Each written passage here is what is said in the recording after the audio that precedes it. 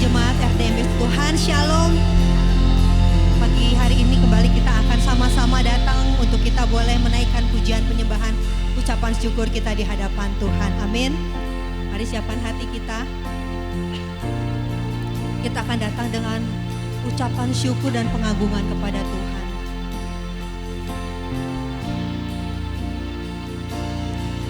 Sungguh indah tiada taranya, sungguh menakjubkan, sungguh ajaib untuk dimengerti, lebih dari semua yang ada. Hikmat-Mu tiada terselami, kasih-Mu dalam tak terduga. Kau sungguh indah tiada taranya, mulia dan berkuasa.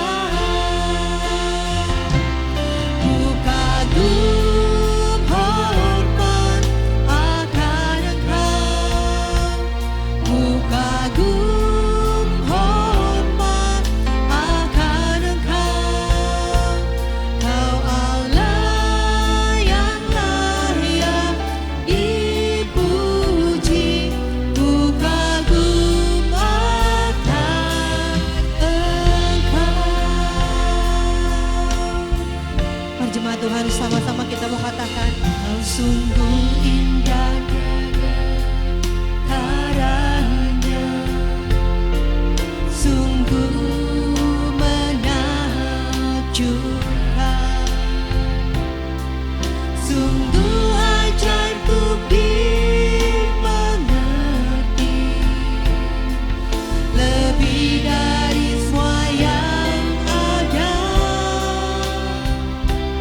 Hikmat-Mu tiada terselami,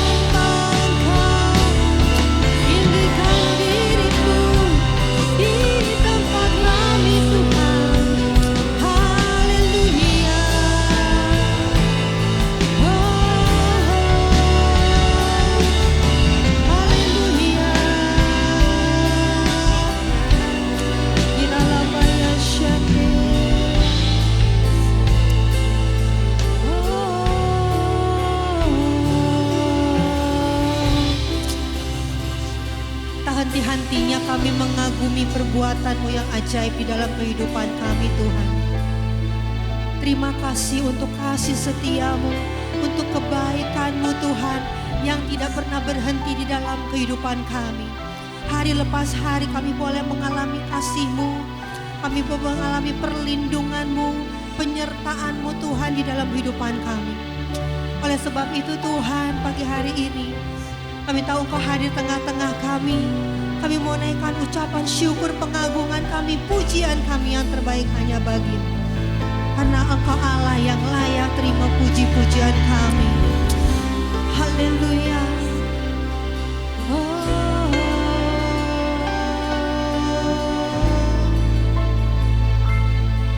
Oh.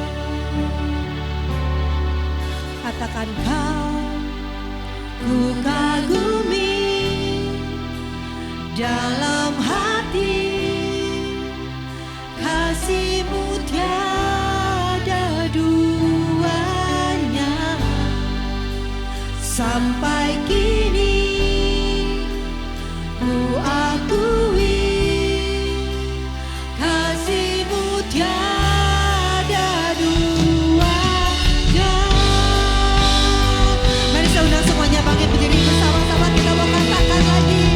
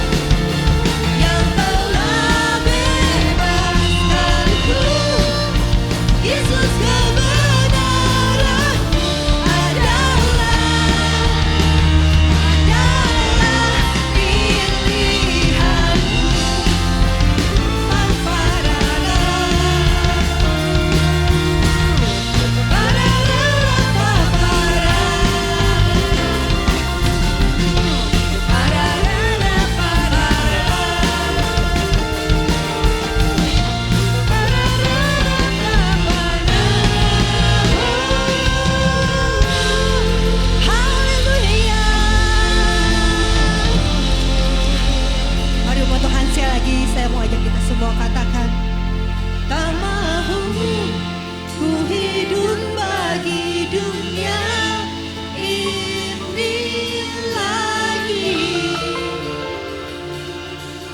Tak ingin kompromi, tak ingin lakukan hal yang dapat lupakan hatimu. tak mau ku hidup di luar tutur kata firman-Mu yang telah bebaskanku. Yesus, kebenaran-Mu adalah pilihan-Mu. Berikan tepuk tangan lagi bagi Allah kita. Haleluya. Engkau satu-satunya pilihan dalam hidup kami, Tuhan Yesus. Haleluya. Mari silakan duduk, maju Tuhan.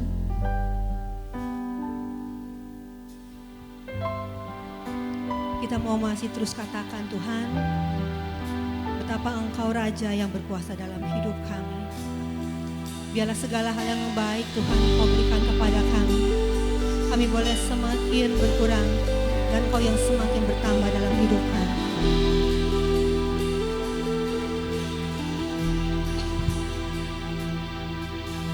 Semua karena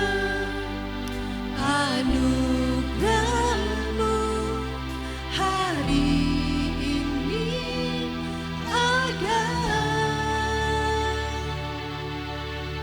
Bukan karena kuatku, namun karena Roh-Mu. Ku bawa hatiku, penyembahanku, ku semakin berkurang, Yesus makin bertambah. Mengikut Yesus, itulah kesukaan hatiku. Ku lepas semua hakku untuk mengenal kehendaknya.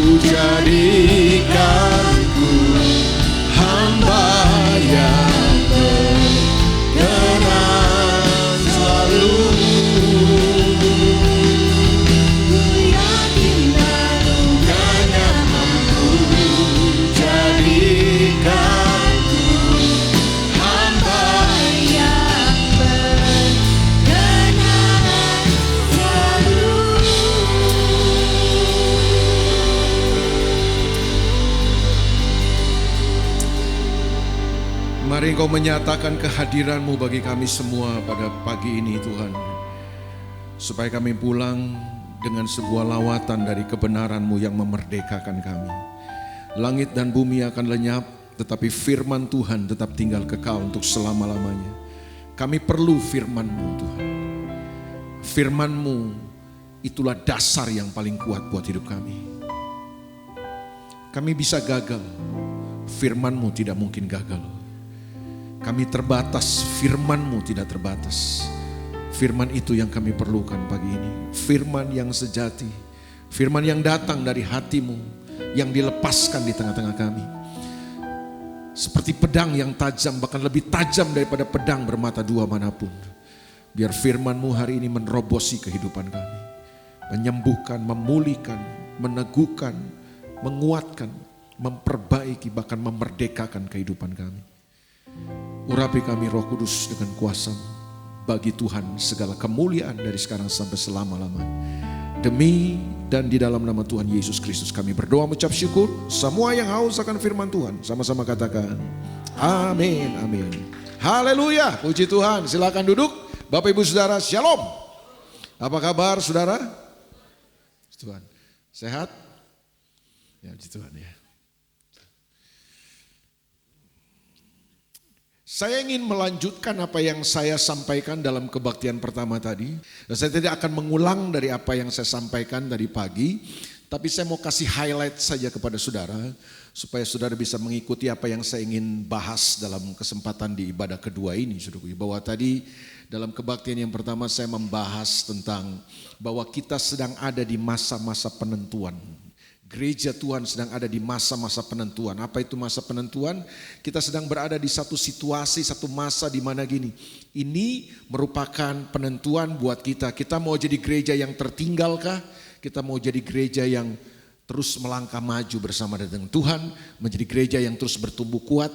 Menjadi gereja yang dewasa. Menjadi gereja yang siap untuk menyambut kedatangan Tuhan. Ataukah hari ini kita memilih untuk menjadi gereja-gereja yang ya biasa-biasa aja dan kita akan menjadi gereja yang tidak siap dan tertinggal. Itu yang saya bagikan bahwa apa yang akan terjadi di masa-masa menjelang kedatangan Tuhan ini banyak hal tentunya. Dan saya mengelompokkannya menjadi 3 tanda. Jadi ada 3 tanda yang kita bisa lihat, kita bisa amati yang sedang terjadi hari-hari ini.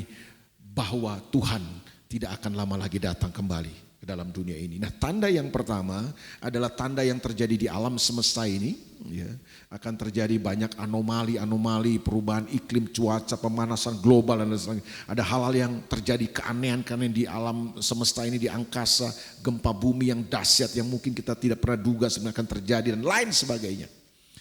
Tanda yang kedua adalah tanda yang terjadi di dalam dunia ini. Tanda yang terjadi dalam dunia ini yang saya maksudkan adalah perang akan terjadi, bangsa akan bangkit melawan bangsa, kerajaan akan bangkit melawan kerajaan dan lain sebagainya. Ada krisis keuangan, krisis ekonomi dan itu sudah terjadi hari-hari ini, beberapa hari ini kita lihat banyak hal ya itu. Lalu apa lagi? Ada krisis politik, krisis makanan ya, kelaparan akan terjadi katanya. Perang ini kan akan mengakibatkan kita dunia mengalami krisis pangan.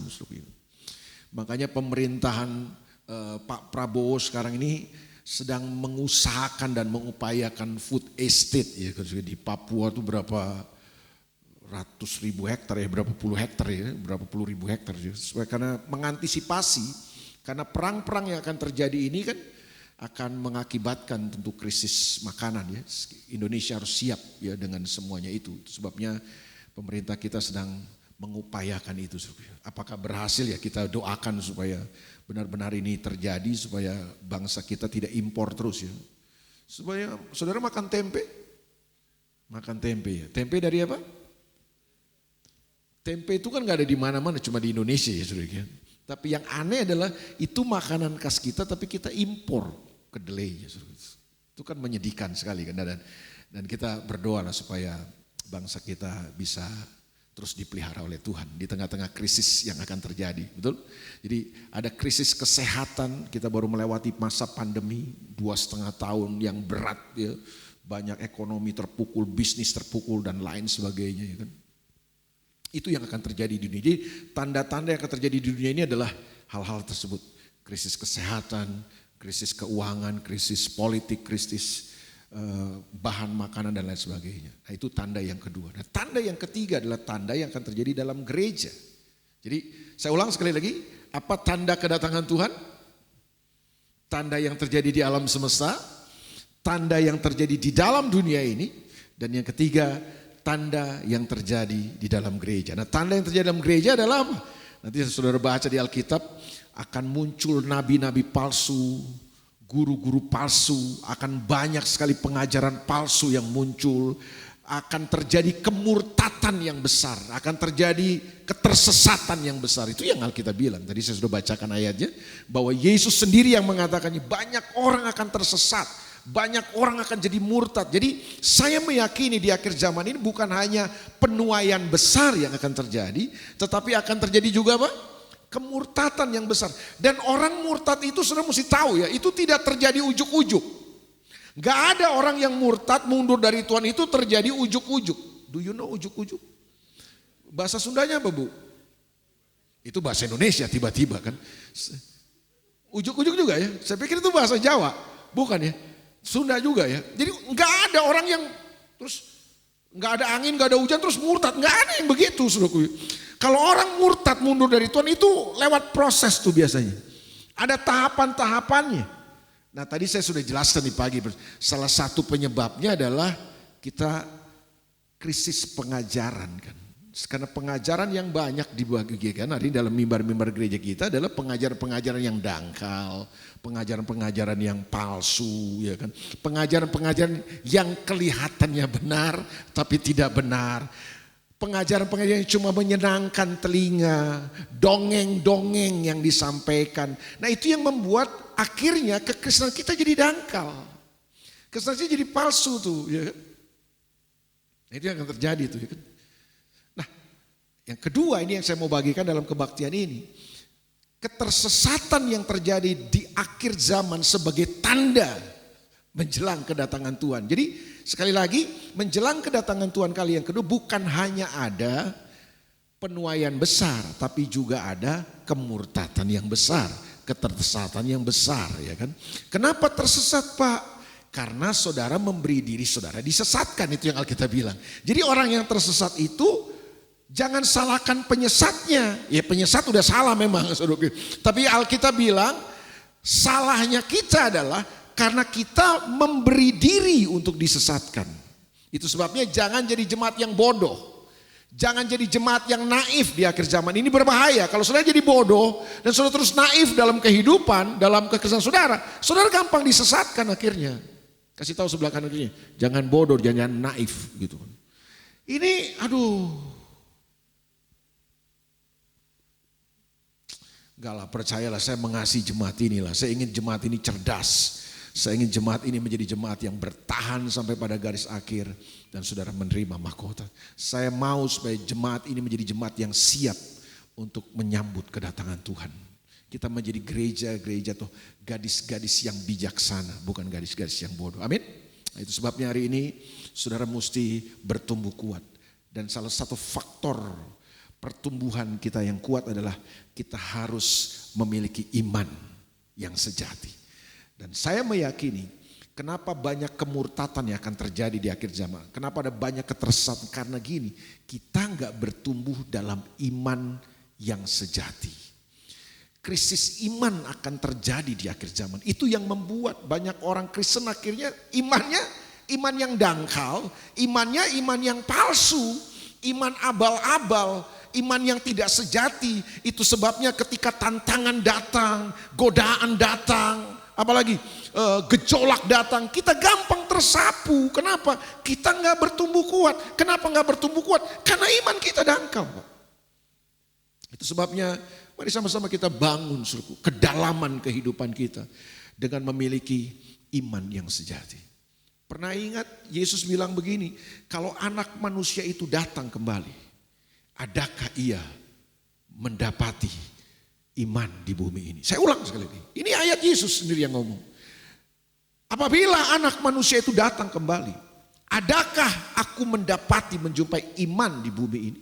Berarti kan begini, Dari kalimat Yesus itu kita menangkap bahwa gini, oh iya ternyata iman menjadi sesuatu yang langka di akhir zaman. Jadi Tuhan bilang gini, kalau aku datang kembali, adakah aku menjumpai iman di bumi ini? Berarti iman jadi sesuatu yang langka. Saudara mungkin masih bisa ke gereja, saudara mungkin percaya Yesus, saudara mungkin ada di kebaktian, tapi kita nggak punya iman sejati. Ada banyak orang Kristen yang kemudian ada di gereja, tapi sebenarnya imannya adalah iman yang dangkal, iman yang tidak sejati. Itu sebabnya kita gampang hancur, kita gampang terseret, kita gampang tersapu oleh semua situasi dan keadaan kita. Hari ini saya ingin menasihati saudara, bertumbuhlah dalam iman yang sejati.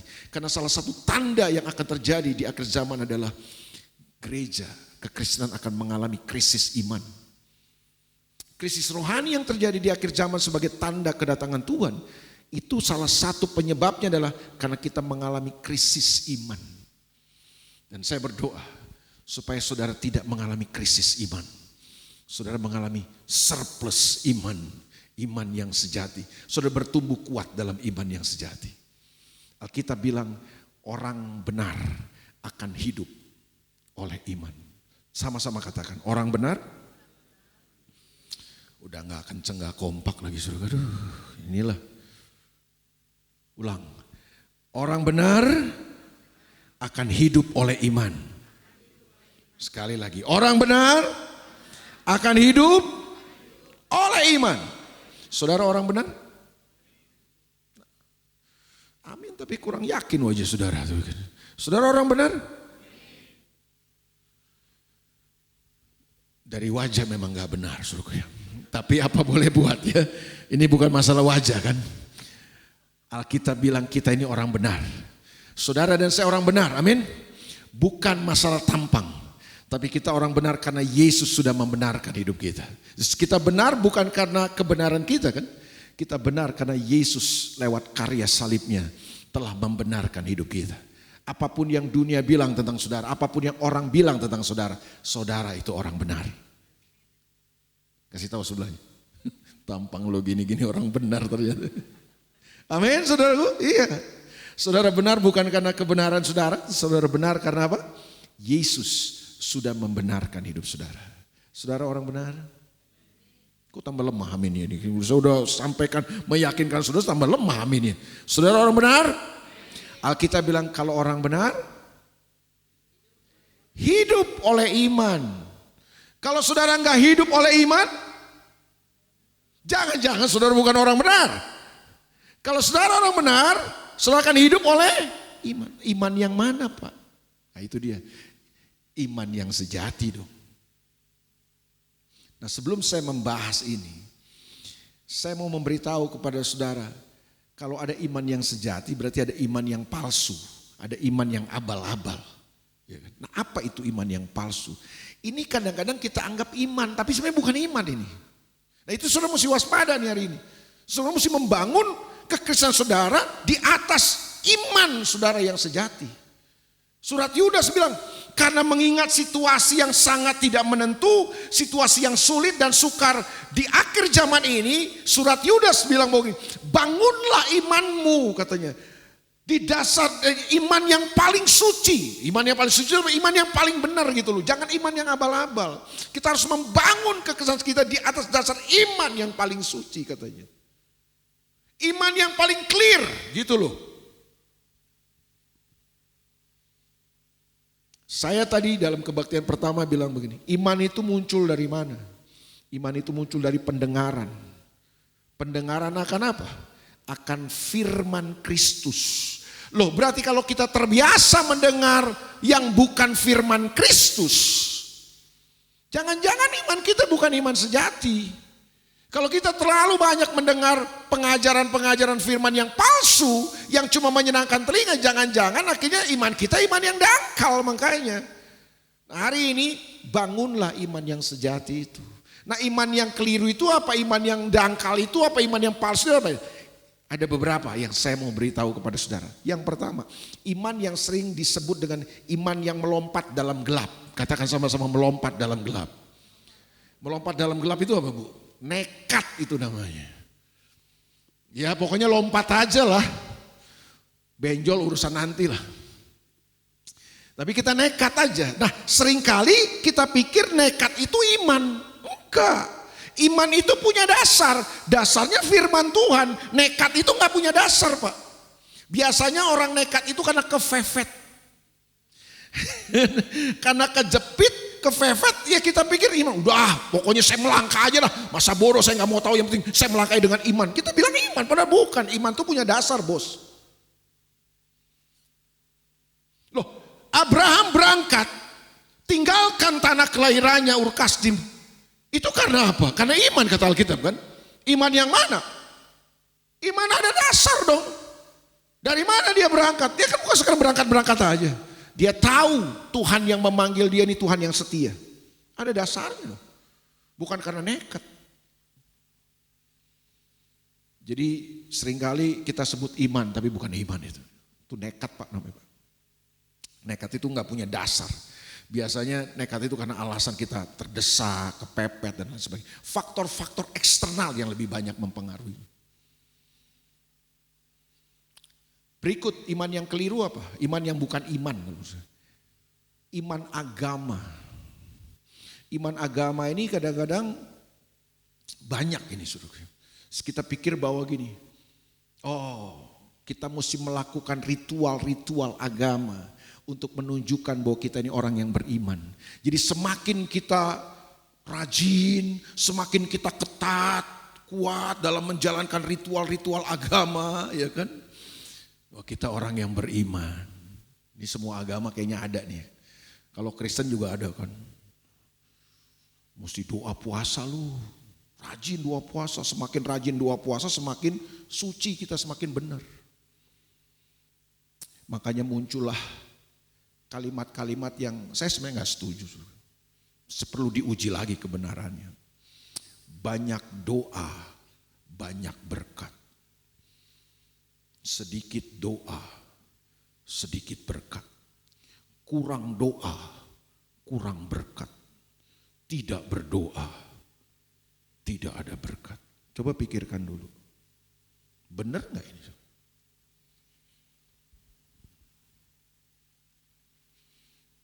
Ini saya diam bukan karena saya gak tahu mau ngomong apa lagi nih.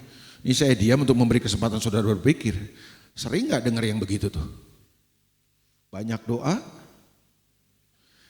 kalau banyak doa banyak berkat, saya sarankan saudara gak usah kerja Pak. Doa terus saudara kan. Kalau banyak doa banyak berkat berarti sumber berkat kita bukan Tuhan. Saya tidak anti doa. Berdoalah karena Alkitab bilang kita harus berdoa. Tapi berdoa bukan untuk urusan-urusan yang begitu dong. Amin. Masa doa cuma untuk mendapatkan apa yang kita inginkan? Itu yang saya bilang, kadang-kadang iman kita tuh digiring kepada iman agama. Kalau mau suci, kudus, menunjukkan kita orang suci, orang kudus, orang benar tuh pakai bajunya yang benar Pak. Masing-masing agama ada. Kalau Kristen pakai putih hitam. Semakin kita pakai baju putih, baju hitam, pelayanan sampai roknya sampai di mata kaki, wah kita benar tuh di hadapan Tuhan. Makanya nanti ada tim asyir yang pakai sentimeter tuh ukuran, pakai meteran kan diukurin kalau yang mau masuk. Kita kadang-kadang urusan-urusan yang begitu dan urusan-urusan begitu kita anggap penting, menentukan iman kita, nggak bisa dong. Itu iman agama tuh, iman yang cuma bertumpu kepada ritual-ritual. Aturan-aturan agama yang dikerjakan itu menunjukkan kita suci, kudus, benar atau beriman. Iman agama. Nah itu orang Farisi ahli Taurat tuh punya iman kayak gitu. Makanya mereka kalau doa, aku sudah ini Tuhan, bukankah aku begini, bukan aku sudah melakukan ini. Enggak. Bahwa disiplin rohani itu penting, doa, berpuasa, renungkan firman Tuhan, apalagi saudaraku ya, belajar memberi, disiplin bersyukur, disiplin beribadah, itu penting, itu disiplin rohani, itu mempengaruhi pertumbuhan kita juga. Tapi jangan sampai kita bangun iman kita di atas dasar itu dong. Amin saudaraku? Iya. Itu mesti ada pelajarannya sendiri itu kan tentang disiplin-disiplin rohani. Tapi yang saya mau beritahu gini, jangan kita punya iman agama. Makanya muncullah banyak kemunafikan dan kepalsuan. Kita secara pakai baju kelihatan kudus sih, suci sih. Baju rohani, tapi kita hidup roh halus. Bukan roh kudus. Jadi kita di gereja kelihatan begitu kudus, begitu suci, begitu benar. Dalam bisnis kita tipu orang. Di gereja kita bahasa roh. Di luar kita akhirnya maki-maki orang seenak jidat kita aja. Seorang tuh kayak gak ada harganya sama sekali. Itu kemarin yang di Surabaya orang Kristen bukan sih Bu yang maki-maki itu orang yang suruh menggonggong tuh anak. Jangan-jangan orang Kristen lagi, repot juga ya kan.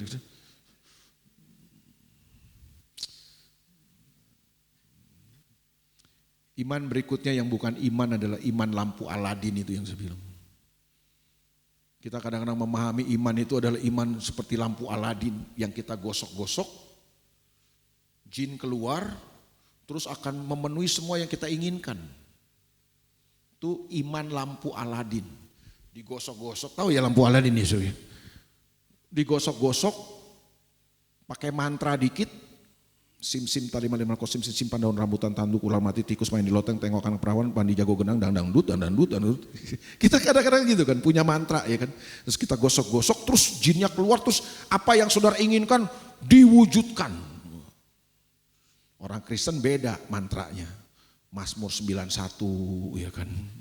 Kita ucapin ya kan. Terus doa Yabes. Kita udah gak senang doa Bapa kami Pak. Orang Kristen senangnya doa Yabes. Kiranya engkau memberkati aku berlimpah-limpah. Padahal doa Bapak kami ngajarinnya apa? Berikanlah kami pada hari ini makanan yang selimpah-limpahnya. Secukupnya. Kalau kita maunya sebanyak-banyaknya dan berlimpah pada abad ini. Ya, biar doanya sekali jalan aja. Itu bukan doa Bapak kami, itu Bapak kamu. Senang kita kan doa Yabes. Padahal saudara gak baca konteks Yabes itu apa. So kalau mau senang dengan nama doa Yabes, saudara harus jadi Yabes dulu. Masuk dong, lihat dong konteksnya si Yabes ini apa. Jangan main kiranya, kita maunya kayaknya kalau kita udah nyanyi lagu itu kayak kita terbang tuh. Ya kan? Engkau memberkati aku berlimpah-limpah dan memperluas. Kita maunya kan diperluas terus. Makanya gereja saling membunuh satu dengan yang lain untuk memperluas daerahku. Ini dari Tuhan bukan sih? Saya gak yakin dari Tuhan. Saya gak yakin Tuhan punya hati kayak gitu. Demi memperluas gereja saudara, gereja yang lain tutup. Itu Tuhan yang mana saya bingung tuh. Ada Tuhan yang begitu? Untuk memperluas gereja ini nih. Terus saudara biarin gereja yang lain pada tutup. Kita gereja gede sendiri diperluas terus. Enggak lah. Itu mah ambisi kita bukan Tuhan kali. Terus apalagi kalau doa Yabes? Masa doa pura-pura gak tahu. Supaya kesakitan tidak akan menimpa aku. Saya nanya, saudara gak pernah sakit? Saudara selama jadi Kristen gak pernah sakit? Terus pendeta Sakti Mandraguna gak pernah sakit? Kita kan membohongi diri kita. Sakit itu biasa. Amin. Karena kita hidup di dalam dunia yang sudah berdosa. Biasa aja. Terus kalau sakit harus sembuh. Saya percaya ada mujizat. Tapi kalau nggak sembuh, Yesus tetap Tuhan. Amin. Iya dong. Baca Alkitab saudara.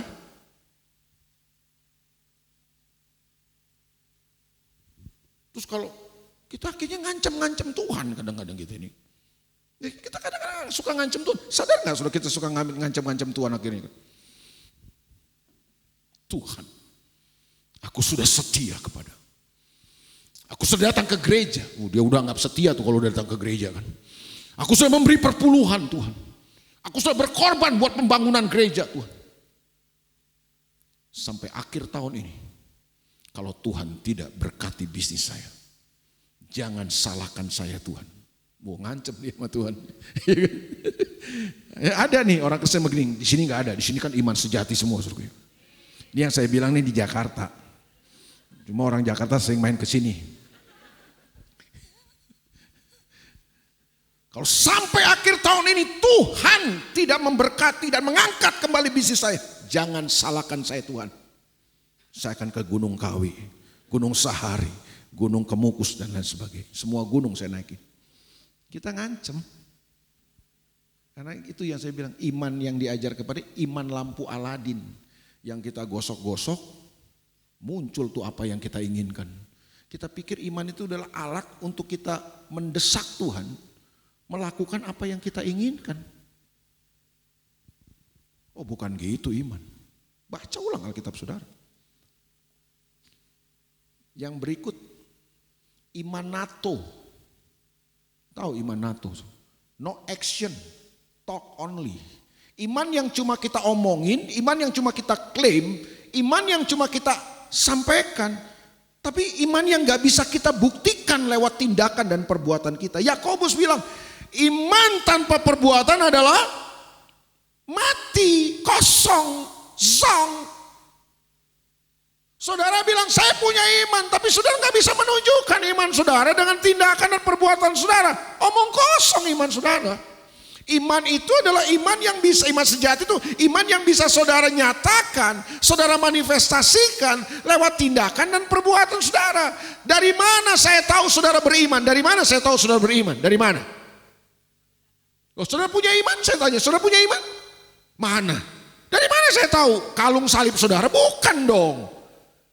Saya tahu saudara punya iman yang sejati kepada Yesus Kristus Tuhan adalah lewat sikap saudara, lewat perbuatan saudara, lewat tindakan saudara. Di rumah saudara sebagai suami, sebagai istri, sebagai ayah, sebagai seorang ibu, sebagai orang tua, sebagai anak muda, di kampus, di tempat pekerjaan. Itu saudara sedang menunjukkan iman saudara yang sejati. Iman sejati bukan iman yang NATO Pak. Iman yang saudara bisa buktikan lewat sikap dan tindakan saudara. Saudara diberkati tapi pelitnya minta ampun. Dari mana saya tahu saudara punya iman? Wajah saudara sudah tertekan nih. Saya mau menekan saudara lebih lagi. Jadi iman yang sejati itu apa? Yuk kita lihat Ibrani 11, saya ingin akhiri dengan ini. Ibrani 11 ayat yang pertama. Ini pasal tentang iman. Saudara. Amin. Saudara mau pelajari iman, Ibrani 11. Dikupas tuntas tentang iman, ya kan? Ibrani 11 ayat 1 bilang apa? Iman adalah dasar, katakan sama-sama dasar. Jadi iman adalah dasar dari segala sesuatu yang kita harapkan. Sama-sama katakan yang kita harapkan. Nah sayangnya ini diterjemahkan kadang-kadang yang kita harapkan itu atau harapan kita itu kita terjemahkan sebagai keinginan. Bukan Pak. Pengharapan itu bukan keinginan. Bukan. Pengharapan itu kalau saya pelajari Alkitab itu selalu berhubung atau terhubung dengan tujuan-tujuan dan maksud-maksud Tuhan dalam kehidupan kita. Kalau sudah pelajari pengharapan dalam bahasa Alkitab, sudah akan mengerti bahwa gini, pengharapan itu adalah sesuatu yang terhubung dengan maksud, rencana dan tujuan-tujuan Tuhan buat hidup kita. Makanya Perjanjian Baru bilang gini, pengharapan itu adalah sauh yang kuat dan aman bagi jiwa kita. Katakan sama-sama sauh. Sauh itu apa? Jangkar. Jangkar itu apa?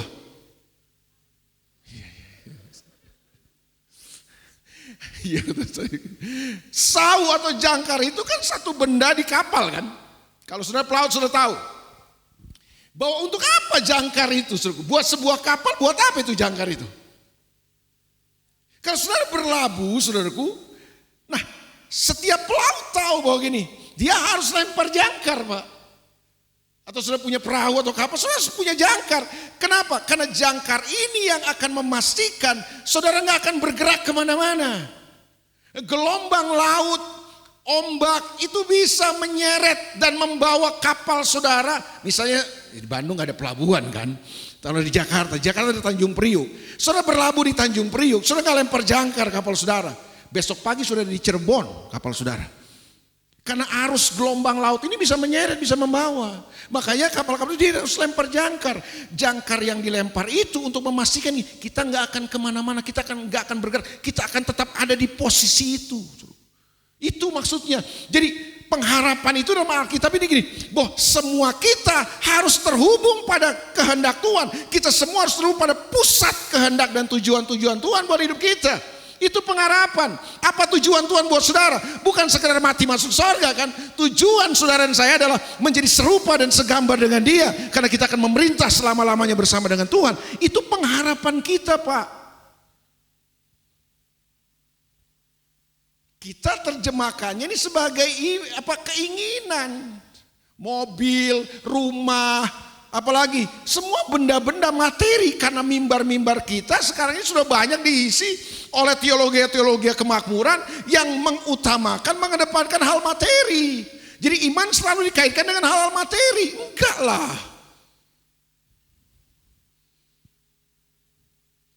Tuhan punya tujuan-tujuan buat hidup kita, amin.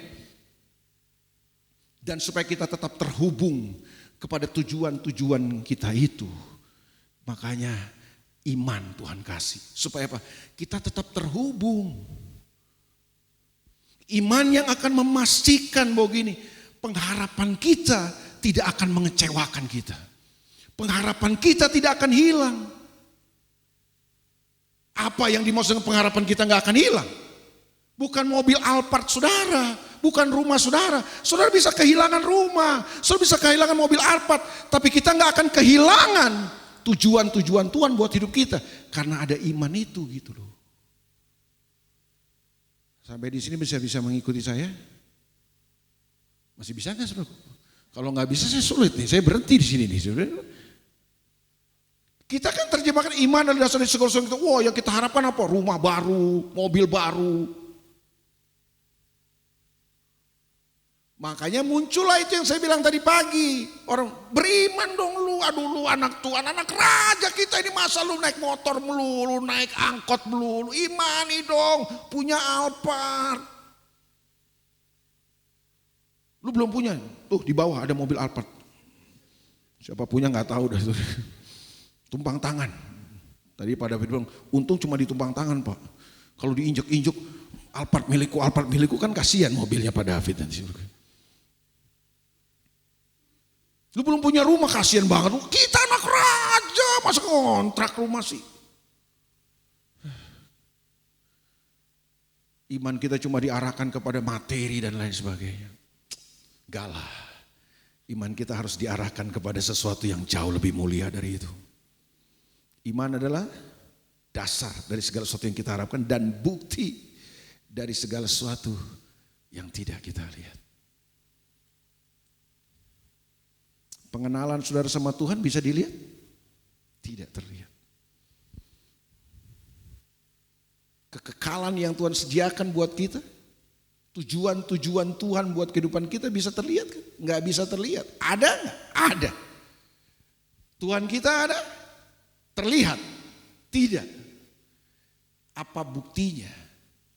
Nah, itu iman.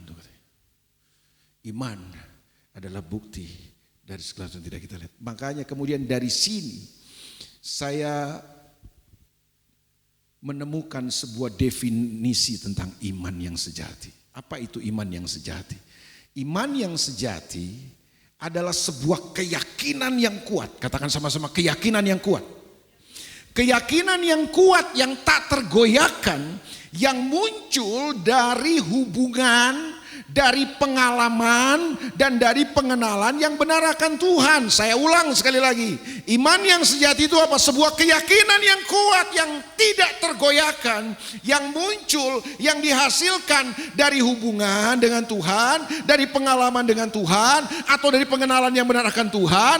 Dan iman itu atau keyakinan itu akan memberikan kepada kita keberanian dan kemampuan. Katakan sama-sama, keberanian, kemampuan. Keyakinan ini akan memberikan kepada kita keberanian dan kemampuan untuk kita melakukan kehendak Tuhan dalam kehidupan kita dengan ketaatan kita, bukan memperoleh apa yang kita inginkan. Sayangnya kan iman diajarkan kepada kita alat untuk memperoleh apa yang kita inginkan. Bukan. Iman adalah keyakinan yang kuat, yang tak tergoyahkan, yang muncul dari hubungan, dari pengalaman, dari pengenalan yang benar akan Tuhan. Dan keyakinan itu akan memberikan kita sebuah dorongan kuat untuk kita menjadi orang yang berani dan mampu mengerjakan apa yang Tuhan kehendaki dalam kehidupan kita. Apapun situasi dan keadaannya. Itulah iman yang ditunjukkan oleh Sadrak, Mesak, Abednego. Sebuah iman yang sejati. Waktu mereka diperhadapkan dengan dapur api dan mereka disuruh menyembah patung yang dibangun oleh Nebukadnezar. Mereka berkata gini, Tuanku Raja, hendaklah engkau tahu, Allah yang kami sembah adalah Allah yang berkuasa. Allah yang sanggup melepaskan kami dari perapian yang menyala-nyala. Tapi seandainya hari ini Allah yang kami sembah tidak menolong kami, tidak melepaskan kami dari dapur api itu, kami tidak akan menyembah patung yang kau dirikan. Kami akan tetap menyembah Tuhan, sebab dialah Tuhan. Artinya gini, mau ditolong tidak ditolong, dapur api itu ada, dapur api itu tidak ada, gak ada urusan. Kami akan tetap menyembah Dia. Amin. Ini iman yang sejati, Pak. Iman yang bukan didrive oleh keinginan-keinginan kita, tapi iman yang didrive oleh sebuah hubungan, pengalaman, pengenalan yang benar akan Tuhan.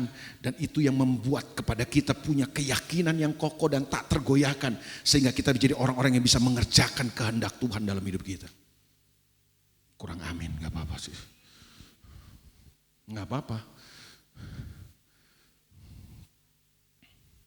Iman apa yang saudara miliki hari ini? Makanya coba kita lompat ke ayat 4. Ibrani 11 ayat 4. Waktu saya gak banyak nih. Karena iman Habel telah mempersembahkan kepada Allah korban yang lebih baik daripada korban Kain.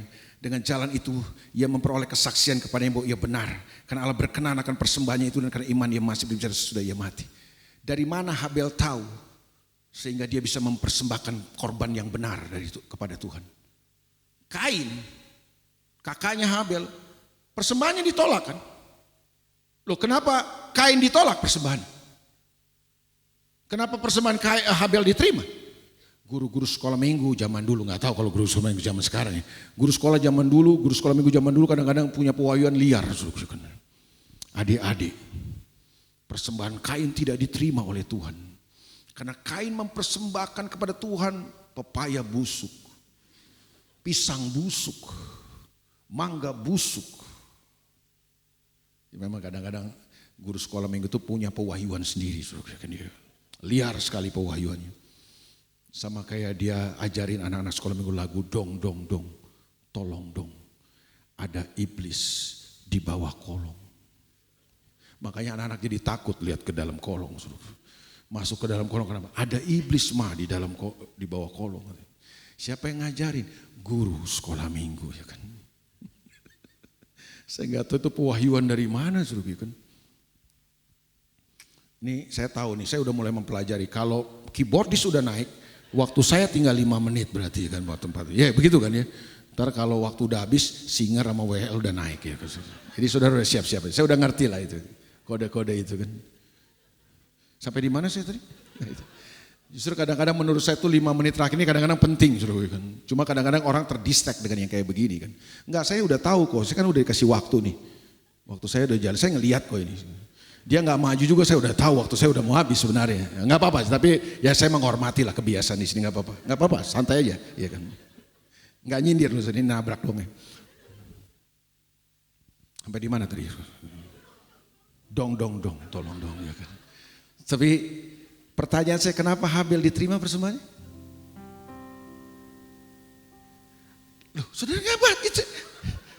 Saya itu itu ya saya bilang. Kamu udah naik sih, jadi udah terdistract mereka ini. Karena iman. Bukan karena si Kain kasih pepaya busuk. Habel diterima itu karena iman persembahan. Dia tahu bahwa begini, oh ya dia belajar, dia tahu dari mana bahwa untuk korban kepada Tuhan harus binatang yang tersembelih, ada darah yang tertumpah. Dia kenal itu, dia tahu itu. Bahwa tidak akan pernah ada pengampunan, perkenanan Tuhan tanpa darah yang tertumpah. Itu kan bicara tentang korban Yesus kan. Dia kenal itu. Ayat berapa? 6, ayat 5. Henok. Kenapa Henok bisa terangkat? Karena iman. Loh, iman yang mana Pak? Alkitab baca, saya nggak punya waktu karena ini keyboard udah naik kan keyboard ini. Dan sudah baca Kejadian pasal 5. Bahwa Henok bergaul sama Tuhan. 65 tahun dia berjalan dalam kehidupan nggak kenal Tuhan. Tapi di titik dia umur 60 dia ketemu Tuhan. Dan dia mulai bergaul dan berjalan dengan Tuhan. 300 tahun Henok hidup bergaul dengan Tuhan. Dan pada usia 365 dia kemudian jalan sama Tuhan suatu hari Pak. Saking dekatnya dia sama Tuhan, akrab sama Tuhan, ngobrol-ngobrol sama Tuhan, kejauhan jalannya Pak, nggak balik lagi dia, langsung ke surga. Terus ayat 7, karena iman maka Nuh dengan petunjuk Allah tentang sesuatu yang belum kelihatan, dengan taat mempersiapkan batu untuk menyelamatkan keluarganya, dia bikin kapal di atas gunung Pak. Dianggap gila Nuh sama orang zamannya, tapi Nuh bikin kapal karena apa? Karena iman, dia mau melakukan apa yang Tuhan. Dari mana Nuh tahu ini kehendak Tuhan? Tuhan, kita bilang dalam Kejadian pasal 6, Nuh bergaul dengan Tuhan. Ayat 8, cepat aja deh. Karena iman Abram taat. Waktu dia disuruh keluar dari tanah kelahirannya, pergi ke satu tempat yang dia belum tahu. Tapi kenapa Abram mau taat? Bukan karena tanah perjanjian, tapi karena dia kenal siapa Tuhan yang memanggil dia ini. Nanti kalau sudah baca kisah Abraham, Kejadian pasal 12, 13. Abraham tuh udah sampai tanah perjanjian Pak. Terus sama Tuhan dibawa keluar lagi ke Haran. Ikut dia. Jadi Abraham ikut Tuhan bukan karena tanah perjanjian yang dijanjikan Tuhan, bukan. Karena dia kenal siapa Tuhan yang memanggil hidupnya ini. Aduh, lompat dah. Ayat 32, nih setiap iringan dia ini mengintimidasi saya. Ayat 32, karena waktu saya udah mau habis berarti. Dan apakah lagi yang harus aku sebut? Sebab aku akan kekurangan waktu apabila aku hendak menceritakan tentang Gideon, Barak, Simson, Yefta, Daud, Samuel dan para nabi. Sama kayak penulis Ibrani, saya juga kekurangan waktu untuk menjelaskannya kepada saudara. Saudara pikir saya punya banyak waktu untuk menjelaskan? Gak bisa, orang waktu udah tua habis. Boleh 2 menit lagi gak Bu? Saya tutup ini Bu. Boleh ya Bu ya? Ini kali ini aja lah saya. Boleh ya Pak David? Boleh Bu ya? Enggak, saya izin dulu kan? Boleh. Saya tetap bisa pulang dengan selamat ini. Boleh ya? 2 menit lagi, tanggung. Oke? Boleh ya Bu ya? Siap. Yefta, Simson, ayat 33.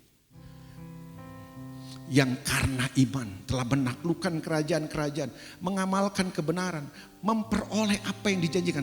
Bilang sama-sama, memperoleh apa yang dijanjikan. Tolong di save di kepala saudara ya. Memperoleh apa yang dijanjikan. Menutup mulut singa-singa. Daniel menutup, mengkatupkan mulut singa-singa yang lapar itu. Gak mampu menerkam Daniel. Terus ayat 34. Memadamkan api yang dahsyat. Mereka telah luput dari mata pedang, telah beroleh kekuatan dalam kelemahan, telah menjadi kuat dalam peperangan, dan telah memukul mundur pasukan-pasukan tentara asing. Daud mengalahkan Goliat, mengalahkan Filistin. Gideon dengan 300 pasukan memukul mundur, kalah pasukan Amalek dan Midian. Ratusan ribu pasukan kalah dengan 300 orang Pak. Terus 35. Ibu-ibu telah menerima kembali orang-orang yang telah mati. Perempuan Sunem, anaknya dibangkitkan. Janda di Sarfat, anaknya mati dibangkitkan. Tetapi orang-orang lain membiarkan dirinya disiksa. Katakan sama-sama, orang-orang lain. Maksudnya ini apa? Ada tokoh-tokoh iman yang lain Pak. Membiarkan dirinya disiksa dan tidak mau menerima pembebasan. Stefanus dirajam dengan batu sampai mati Pak. Yakobus dipenggal kepalanya. Rasul-rasul di perjanjian baru disiksa Pak, dianiaya karena memberitakan Injil Yesus. Tapi mereka tahu begini, tubuh mereka bisa mati. Tapi satu saat mereka akan dibangkitkan. Benar gak saudara? Supaya mereka beroleh kebangkitan yang lebih baik. Ayat 36. Ada pula yang diejek dan didera. Bahkan yang dibelenggu dan dipenjarakan. Para martir itu disiksa. Terus 37. Mereka dilempari, digergaji, dibunuh dengan pedang. Mereka mengembara dengan berpakaian kulit domba dan kulit kambing sambil menderita kekurangan. Katakan sama-sama, menderita kekurangan. Jadi kekurangan itu biasa Pak. Kurang-kurang doi, kurang-kurang duit itu biasa. Tidak menunjukkan iman saudara. Tapi yang diajar kepada kita, kalau kurang duit, kurang iman berarti. Gereja yang diberkati, gereja yang beriman, gereja yang gedungnya gede, kasnya banyak. Kalau gereja kurang, wah ini kurang iman nih gereja nih. Hei, dari mana kita terima itu? Para tokoh-tokoh iman yang lain menderita kekurangan. Mereka mengalami kesesakan, Siksaan 38. Dunia ini tidak layak bagi mereka. Mereka mengembara di padang gurun dan di pegunungan, dalam gua-gua dan celah-celah gunung. Kalau saudara ke Turki, ke daerah Kapadokia, jangan cuma naik balon aja saudara. Jejaki dong, itu ada jejak-jejak gereja di situ. Saudara, waktu saya naik ke situ tuh, ke dalam gua-gua itu, ya ampun, itu orang-orang di dalam gua ada jejak itu, ada mimbarnya, ada tanda salib. Mereka ibarat di gua-gua kayak begitu, naiknya aja susah. Saudara masih mendingan naik lift sini. Udah naik lift masih ngegerutu lagi. Oh, ini gereja kurang asik kayaknya. Saudara, bayangkan ini para tokoh-tokoh iman. Mereka tidak bisa beribadah di tempat-tempat yang nyaman seperti kita hari ini. Tapi apakah mereka murtad? Apakah mereka meninggalkan Yesus? Enggak lah. Terus ayat 39. Dan mereka semua tidak memperoleh apa yang dijanjikan. Katakan sama-sama, tidak memperoleh. Tadi apa? Tadi di ayat sebelumnya ada tokoh-tokoh iman yang memperoleh. Ada tokoh-tokoh iman yang tidak memperoleh apa yang dijanjikan. Sekalipun iman mereka telah memberikan kepada mereka suatu kesaksian. Saudara ragukan iman mereka? Jangan-jangan iman mereka lebih tangguh dari kita. Tapi mereka tidak memperoleh apa yang dijanjikan. Enggak masalah buat mereka. Karena fokus dan tujuan iman sejati bukan diarahkan kepada hal-hal materi dan lahiriah. Ayat 40. Sebab Allah telah menyediakan sesuatu yang lebih baik bagi kita. Mereka tahu. Mereka tidak memperoleh apa yang dijanjikan mungkin di dalam dunia. Tapi mereka tahu ada sesuatu yang lebih baik yang Tuhan siapkan. Itu iman. Apapun situasi dan kondisinya, kita punya keyakinan yang kokoh dan tak tergoyahkan. Dan keyakinan ini akan membuat kita berani dan mampu mengerjakan kehendak Tuhan dalam kehidupan kita. Selamat menghidupi iman yang sejati. Selamat menjadi jemaat yang bertahan sampai pada kesudahan. God bless you all. Tuhan berkati saudara. Yuk kita datang sama Tuhan.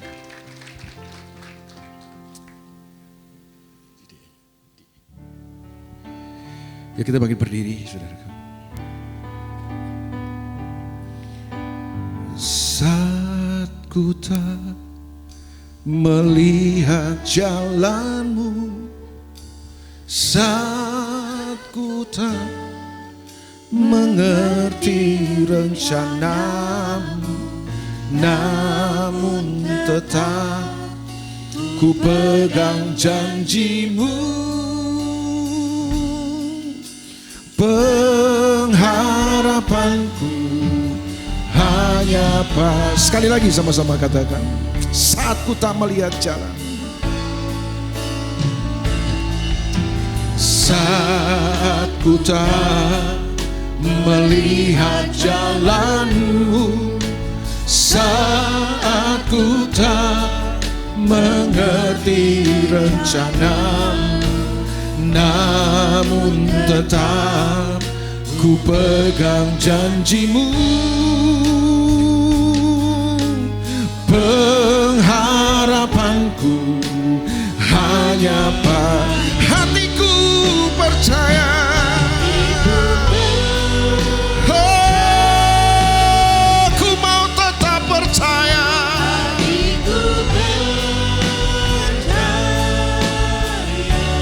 Hatiku percaya Engkau Tuhan. Cahaya selalu ku percaya. Sama-sama katakan, hatiku percaya Engkau Tuhan. Kami mau tetap percaya.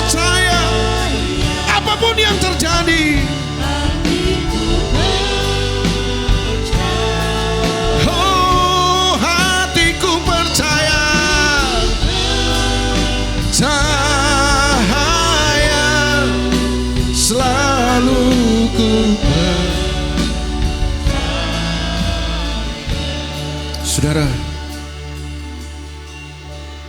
mungkin hari ini ketika kau menghadapi masa-masa sulit ini, kau mungkin belum melihat pertolongan Tuhan jadi nyata. Mungkin kau masih menghadapi jalan yang sulit. Kau sudah berseru, kau mungkin sudah berdoa, tapi mungkin situasi belum berubah.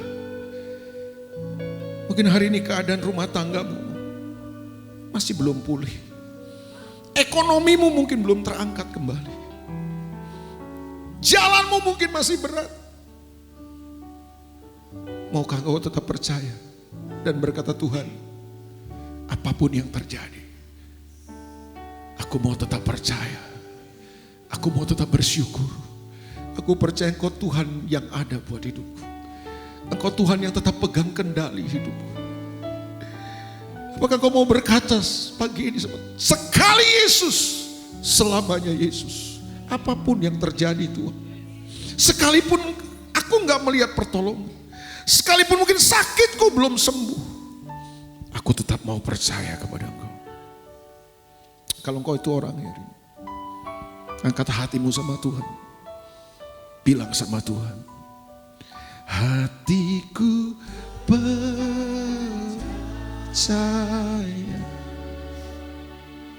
Hatiku percaya. Terima kasih Tuhan. Hatiku percaya,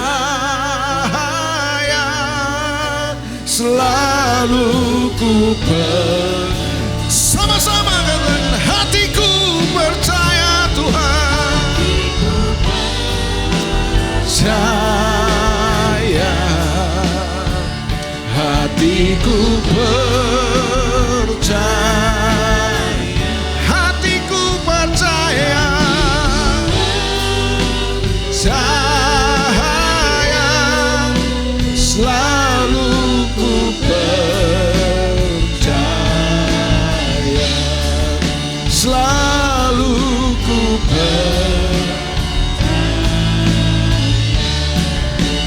selalu ku percaya.